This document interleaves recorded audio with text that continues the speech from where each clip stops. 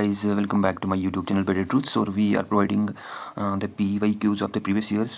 So जो भी question पूछे गए हैं इंपॉर्टेंट क्वेश्चन हम आपको करा रहे हैं, ठीक है। तो सीरीज अभी चल रही है एनवायरमेंट एंड इकोलॉजी की। तो लेट अस गेट स्टार्टेड। पहला क्वेश्चन जो हमारी स्क्रीन पे है, environment refers to what? Environment refers to the natural world of land, water, air, plants and animals that exist around it. Perfect है ये, ठीक है। The sum total of the condition which surround human beings at a given point of time. Perfect. दो question है तो मतलब तीसरा भी ओके ही होगा। The interacting system of physical, biological and cultural elements which are interlinked. बिल्कुल, तो all of the above will be the answer of the question, ठीक है। The word environment had origin from which language? Environment का word जो है वो किस language से निकला है? That is German, French, Spanish and Arab. That will be the French. Okay, French will be the answer. Question number third, environment is a composite state of. Environment किस किस से बना है? एक तो बायोटिक से बना है, बिल्कुल बना है। फिजियोलॉजिकल फैक्टर से बना है, बिल्कुल बना है। Abiotic, all of the above will be the answer. Question number third and question number fourth का हमारा क्वेश्चन क्या रहेगा? Environment is an individual unit which is created by physical resources, biological resources, physical and biological resources. या तो physical से बनाए, या तो बायोलॉजिकल से बनाए, या तो फिजिकल एंड बायोलॉजिकल से बनाए। तो इसका आंसर हमारा आएगा the combination of physical, biological and cultural. इसका आंसर रहेगा हमारा डी, ठीक है। तो हमारा फिफ्थ क्वेश्चन है, which among the following is not the constituent of the physical environment? Physical environment का कॉन्स्टिट्यूएंट कौन सा नहीं है? देखिए, टाइप्स ऑफ द लैंडफॉर्म्स बिल्कुल है, सॉइल्स बिल्कुल है, मिनरल्स बिल्कुल है, सेटलमेंट्स बिल्कुल नहीं है। तो हमारा आंसर कौन सा रहेगा? पार्ट नंबर डी, क्योंकि ये पूछा है not the constituent. So is not the constituent. कौन सा नहीं है इसमें से कॉन्स्टिट्यूएंट फिजिकल एनवायरमेंट का? वो है सेटलमेंट। सेटलमेंट तो हम फिजियोलॉजिकल बोल सकते हैं, सॉरी, सेटलमेंट तो हम नॉर्मली कहीं पर सेटल हो जाए उसको बोलते हैं, तो वो फिजिकल में नहीं आएगा, ठीक है। तो हमारा क्वेश्चन नंबर फिफ्थ क्या है? Which among the following concept is wrong? The question क्या पूछ रहा है, इनमें से कौन सा रॉन्ग है? Working system of environment is governed by natural laws. जो हमारे वर्किंग सिस्टम है वो गवर्नड बाय नेचुरल लॉ है, बिल्कुल। Terrestrial unity is present in the environmental element, बिल्कुल ये भी सही। Environment is reserve of physical resources not the biology, ये तो गलत है। तो दैट मीन्स हमें पूछा गया था कि इज रॉन्ग, सो यही तो रॉन्ग है। सी पार्ट इसका आंसर रहेगा, ठीक है। तो हमारा अभी world environment day is celebrated on, world environment day को हम कब सेलिब्रेट करते हैं? वर्ल्ड एनवायरनमेंट डे भी celebrated on 5 June. So the answer will be the 5 जून। बहुत इंपॉर्टेंट क्वेश्चन है, इसको बहुत मार्क कर लेंगे। झारखंड पीएससी में पूछा गया, उत्तराखंड पीएससी में पूछा गया, तो बहुत इंपॉर्टेंट क्वेश्चन है। और जेके एसएसबी या दूसरे एग्जाम में भी पूछा जाता है, नेशनल एग्जाम में पूछा जाता है, ठीक है। रीजनिंग और रिसर्च के क्वेश्चन हम फिलहाल को छोड़ देते हैं, हम नॉर्मली वो क्वेश्चन कर देते हैं जो हमें इंपॉर्टेंट लग रहे हैं। हमें मैच करना है नेचुरल इन्वायरमेंट को किसके साथ। नेचुरल इन्वायरमेंट दिया है, मैन मेड इन्वायरमेंट दिया है, सोशल इन्वायरमेंट दिया है, ठीक है। Natural environment, cultural values, heat flow and wind fall, ठीक है। तो आप बोल सकते हैं कि ABC का 1 2 3 के साथ है, 2 1 3 के साथ है, 3 2 1 के साथ है, या 2 3 1 के साथ है। तो अगर हम देखेंगे नेचुरल इन्वायरमेंट, तो हीट फ्लो तो नेचुरली होती है, सन से आती है, तो ये तो इसके साथ आ जाएगा, ठीक है।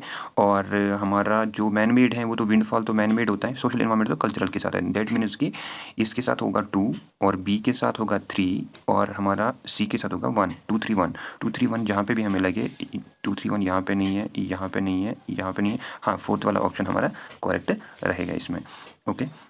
सो आगे चलते हैं। What is the thin layer of gases around the earth? Earth के अराउंड जो थिन लेयर गैसेज की है वो कौन सी है? बायोस्फीयर की है। बायोस्फीयर तो पूरे सिस्टम को कहते हैं। वाटर पार्टिकल्स होते हैं वो तो थिन लेयर ऑफ गैसेज है ही नहीं। एटमॉस्फेयर को बोलते हैं या हाइड्रोस्फीयर को बोलते हैं? That will be the atmosphere. Answer will be the atmosphere, okay. तो 11th क्वेश्चन, हमारा 11th क्वेश्चन जो है, which among the following settlement is correct incorrect regarding environment? इनमें से sorry, which of the following statement is incorrect regarding environment? Environment के regarding कौन सा इन स्टेटमेंट्स में इनकरेक्ट है? तो evergreen plants can decompose their dead bodies. Evergreen plants decompose कर सकते हैं दियर डेड बॉडीज? नहीं, उनको पैरासाइट्स या दूसरे जो दूसरे डिफरेंट पैरासाइट्स आते हैं वो करते हैं, या हम बोल सकते डिकम्पोजर्स आते हैं वो डिकम्पोज करते हैं, ठीक है। तो ये तो पहला ही ये इनकरेक्ट है, तो option will be the A, ठीक है। Answer will be the 12th question देखते हैं हम। 12th क्वेश्चन कौन सा है? So 12th question is generally environment can be classified as the following categories which among the following not a part of the category, ठीक है। तो कौन सा इनमें से कैटेगरी नहीं है? तो हम देखेंगे कौन इनमें से कैटेगरी नहीं है, sorry,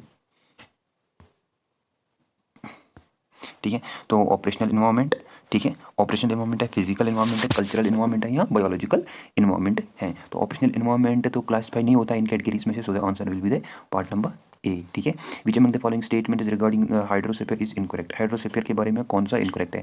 under the hydrosphere both the surface as well as ground water are present, ठीक है। On earth 71% of the water is there, In the hydrosphere, maximum amount of the saline water is found in the ocean. Only 8% of the water available on the earth is potable. 13 का क्या रहेगा? Which of the following statement regarding the hydrosphere is incorrect? Incorrect है. 8% portable है, ये correct है. Hydrosphere maximum amount of saline water is found in the ocean and sea, बिल्कुल saline वहीं पे होता है 71% बिल्कुल. वो दैट मीन्स की question number will be incorrect. So question number 1 will be our answer, क्योंकि इनकरेक्ट पूछा गया था. ठीक है, सो आगे बढ़ते हैं और 14 क्वेश्चन पे चलते हैं. Who among the following has proposed the deterministic concept in the context of the man and environment relationship. तो इसका हमारा क्या एक ऑप्शन दिया है, रेजल दिया है, सॉरी एक मिनट बता देता हूँ, रेजल दिया है, वेंडेले ब्लेची दिया है, अर्नेस्ट हैकल दिया है, टेंसली दिया है. So the answer will be the part number A, रेजल. ठीक है, सो 15th क्वेश्चन पे चलते हैं. In which of the environment theory nature is considered all powerful and man is considered as toy in the hands of the nature. तो वो किस में? पॉसिबिलिज्म में नहीं, पॉसिबल में नहीं दिया है. नियो डिटर्मिनिज्म में नहीं दिया है. डिटर्मिनिज्म में, नन ऑफ दिस, डिटर्मिनिज्म में दिया है. तो answer will be part number C. ठीक है, तो आगे बढ़ते हैं और question number 16. The concept of sustainable development is related with possibilism. Possibilism है, डिटर्मिनिज्म है, नियो डिटर्मिनिज्म है, नॉन ऑफ दीज हैं. तो answer will be the possibilism. Sustainable development कहाँ पे करते हैं? जहाँ पे पॉसिबिलिटी होती है, पॉसिबिलिज्म में हम वो काम बात करते हैं. Thanks for watching this video. अगर वीडियो अच्छा लगे तो शेयर, लाइक और सब्सक्राइब जरूर करिएगा. आगे भी हम कंटेंट लाते रहेंगे. इसमें हम 500 के करीब क्वेश्चंस करेंगे, सो बने रहिए. Thank you for watching the video.